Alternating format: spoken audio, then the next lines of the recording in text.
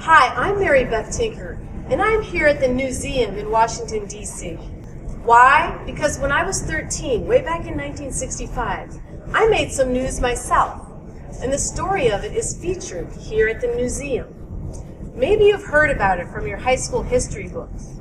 Yep, that was me. With students in Des Moines, Iowa, I wore a black armband to school that year to mourn the dead in the Vietnam War and to support a Christmas truce that had been proposed by Senator Robert Kennedy. At the time, I was a shy 13-year-old, and my brother John was only 15. Our friend Chris Eckhart was 16, and making history was the last thing on our minds. But we did make history. How? By speaking up.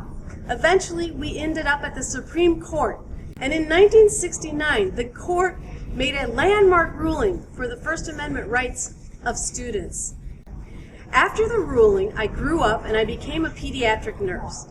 But I spend a lot of time also speaking with students about our case, the Constitution, and how students can speak up about things they care about today.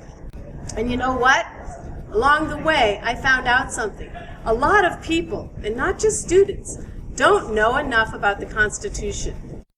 Which is why I'm coming to you today, because I've decided to take our story about the rights of students and the Constitution on the road this coming school year and talk with students in schools, conferences, libraries, wherever they are. And I've already received over 100 invitations from civics teachers, history teachers, government teachers, and so many more. And thanks everybody for those. But even better, I've teamed up with an award-winning attorney named Mike Heston of the Student Press Law Center. But to do all of this and to go on the road with our Constitution story, we need to raise $50,000 to rent a bus or an RV, and then gas to run it, insurance, fees, parking, all the things it's going to take to keep us moving. And we're asking for your help. This is an important time in our history, especially for youth who are naturally energetic and creative and hopeful, but often get discouraged.